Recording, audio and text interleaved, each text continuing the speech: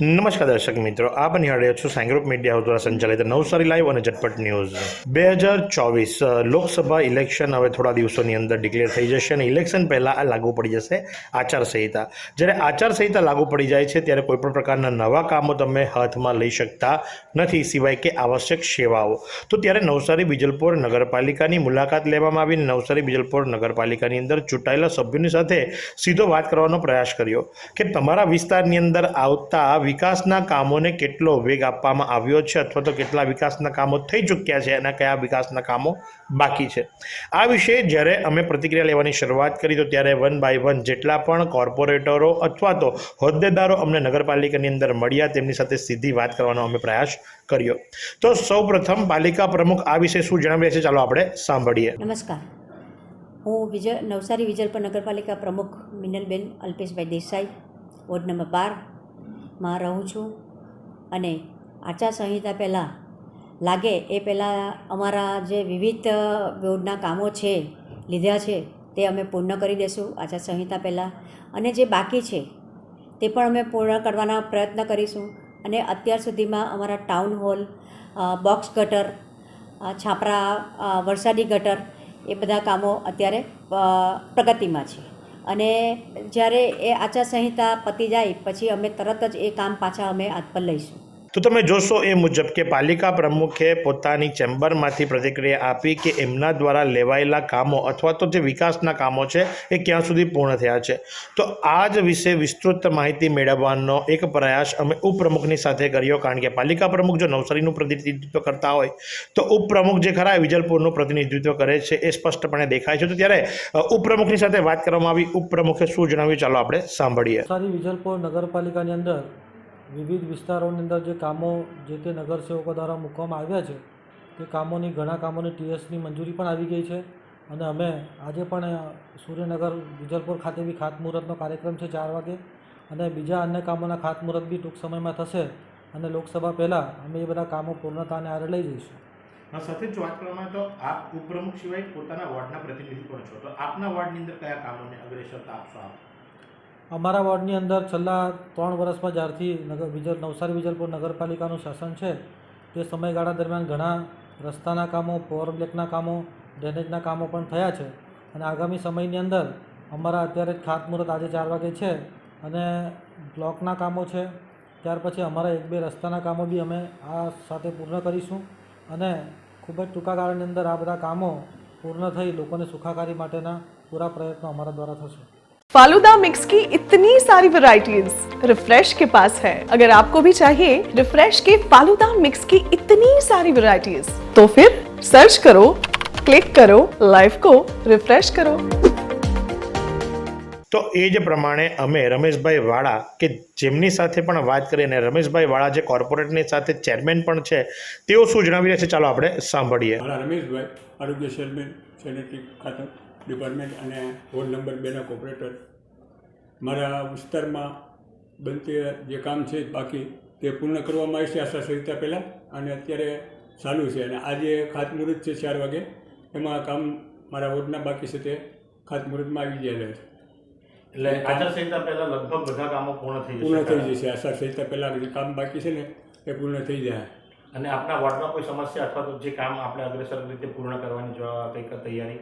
હા, એ પૂર્ણ કરવાની તૈયારી છે. તો સાથે જ ઉત્તર ભારતીય સમાજના પ્રતિનિધિ અને કહી શકાય કે ભાઈ ઉત્તર ભારતીય સમાજને પ્રેઝન્ટ કરતા ગુલાબસિંહ તિવારી આ વિશે શું જણાવી રહ્યા છે, કારણ કે તેઓ માત્ર કોર્પોરેટર નહીં પણ સાથે ચેરમેન પણ છે. એઓનું શું જણાવવું છે ચાલો આપણે સાંભળીએ. गुलाब तिवारी, चेयरमैन गुमस्ता धारा, नगर सेवक हूँ, चेयरमैन.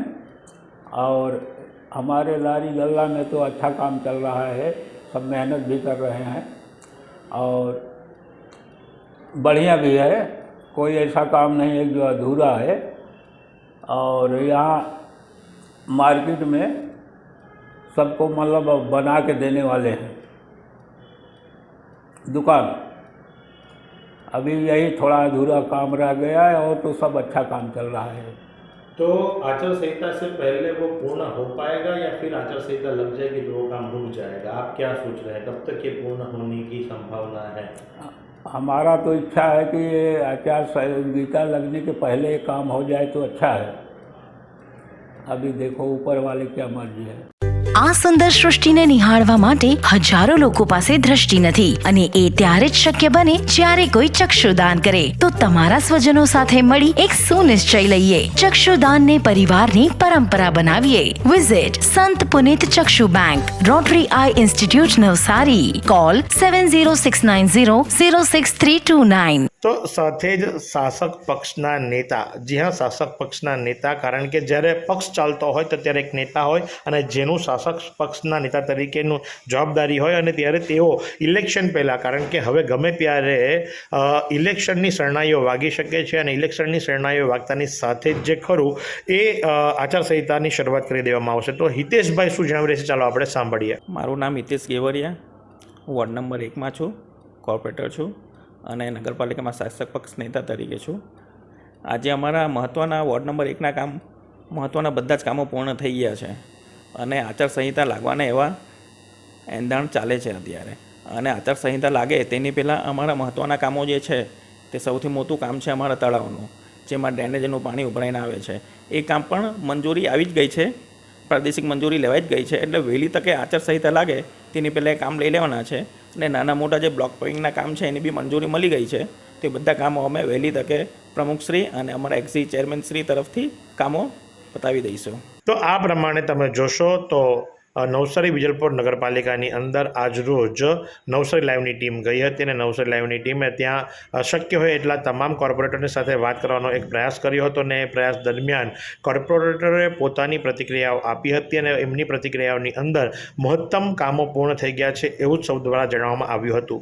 પણ જો વાત કરવામાં આવે તો ઓવરબ્રિજ હોય, રસ્તાઓ હોય, ગટરો હોય, પીવાની પાણીની સમસ્યા હોય, સફાઈની સમસ્યા હોય, આ તમામ પ્રશ્નોનો જવાબ જનતા ક્યારે માંગશે એ જોવાનું રહ્યું.